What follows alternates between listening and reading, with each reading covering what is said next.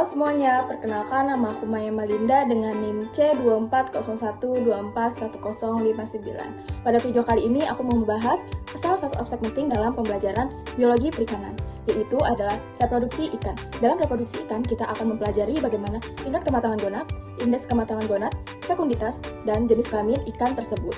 Semua ini penting untuk memahami bagaimana ikan itu berkembang biak dan bagaimana kita akan mengolah sumber daya perikanan yang berkelanjutan. Yang pertama yaitu ada tingkat kematangan gonad.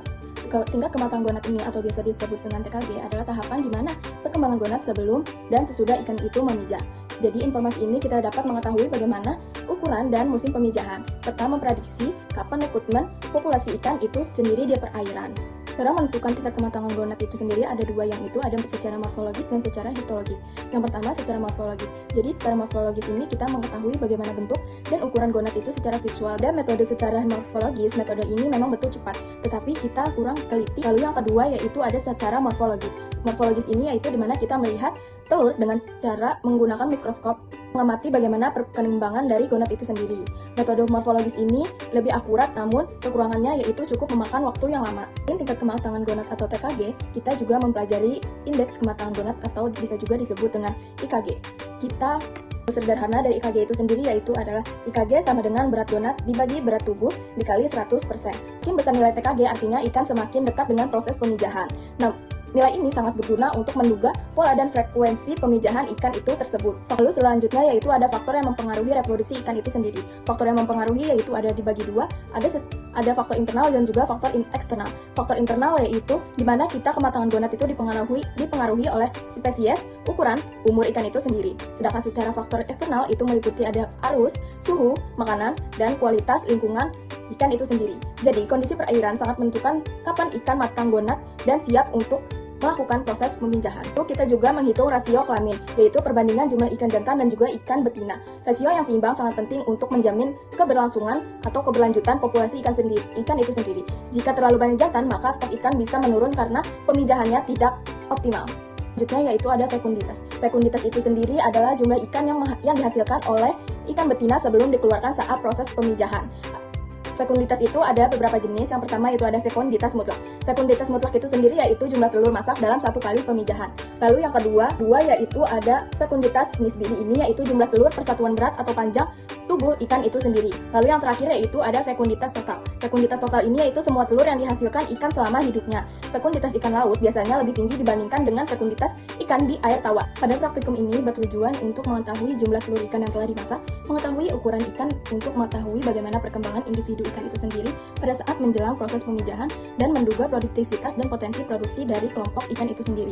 Lalu alat dan bahan yang kita butuhkan dalam praktikum kali ini, yang pertama yaitu ada yang tentunya telur ikan tersebut, lalu yang kedua yaitu ada alat bedah, lalu yang ketiga yaitu ada 3 calon petri, yang keempat ada aquades, dan yang kelima yaitu kita menggunakan sarung tangan latex, dan yang keenam kita membutuhkan counter untuk menghitung jumlah telur itu sendiri. Lalu selanjutnya setelah kita mendapatkan telur ikan, kita membagi telur ikan itu menjadi 3 bagian. Yang pertama yaitu ada anterior itu di bagian depan atau kepala telur ikan itu sendiri. Lalu yang kedua yaitu ada di middle, yang tentunya ada di tengah-tengah. Lalu yang ketiga yaitu ada posterior. Posterior itu di bagian belakang. Tanda-tandanya itu ada belahan di belakangnya. Lalu kita menggunakan 3 metode yaitu gravimetrik, volumetrik, dan gabungan. Pada proses gravimetrik ini yaitu adalah menghitung bobot telur ikan itu sendiri.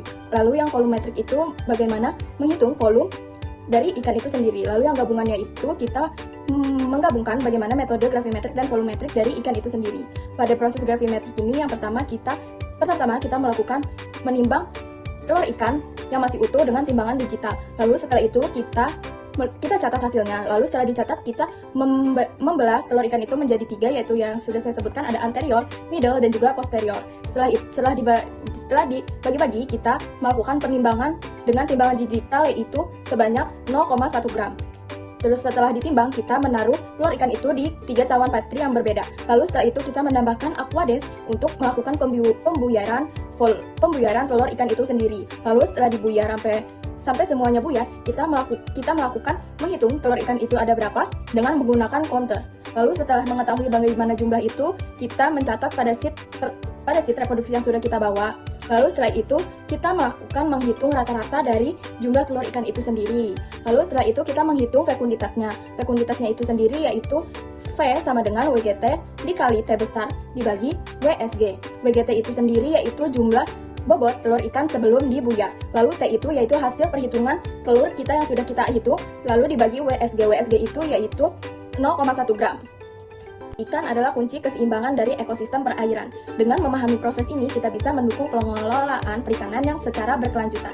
Sekian video penjelasan singkat dari saya mengenai bagaimana reproduksi ikan itu sendiri. Selebihnya mohon maaf. Dadah!